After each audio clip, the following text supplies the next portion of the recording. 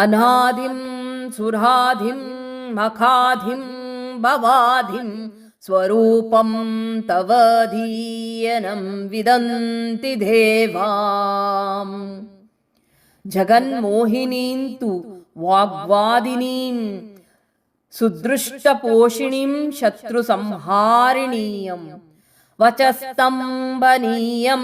किमुच्चातनीयं स्वरूपं तवाधीयन विदन्ति देवाम् इयं स्वर्गदात्री पुनः कल्पवल्ली मनोजास्तु कामार्तप्रकृत्य तथा ते कृपार्थ भवन्तीति नित्य स्वरूपं तवाधीयनं विदन्ति देवाम् सुराणाममथ सुभक्तानुरक्ता लसत्कोलिचिन्ते सदा भास्वरस्ते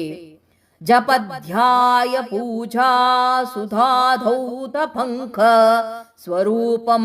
तवाधीयनं विदन्ति देवाम् चितानन्दकन्ध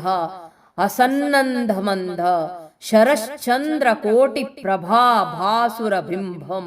मुनीनां कवीनां हृदि ध्यातयम् स्वरूपं तवाधीयनं विदन्ति देवाम् महामेघकाळी सुरकतिप शुभ्रा कदाचिद्वृक्ष कृतयोगमाय न बाला न वृद्धा न कामातुरापि स्वरूपं तवाधीयनं विदन्ति देवाम् क्षमास्तावरागं महायोगभावं मया लोकमध्यै प्रकाशीकृताञ्च तव ध्यानपूतेन चापल्यभावात् स्वरूपं तवाधीयनं विदन्ति देवाम् यदि ध्यानयुक्तं पठयो मनुष्य सदा सर्वलोके विशालो भवेद्य गुहे चापसिद्धिर्मृते चापि मुक्ति स्वरूपं तवाधीयनं विदन्ति देवाम् स्वरूपं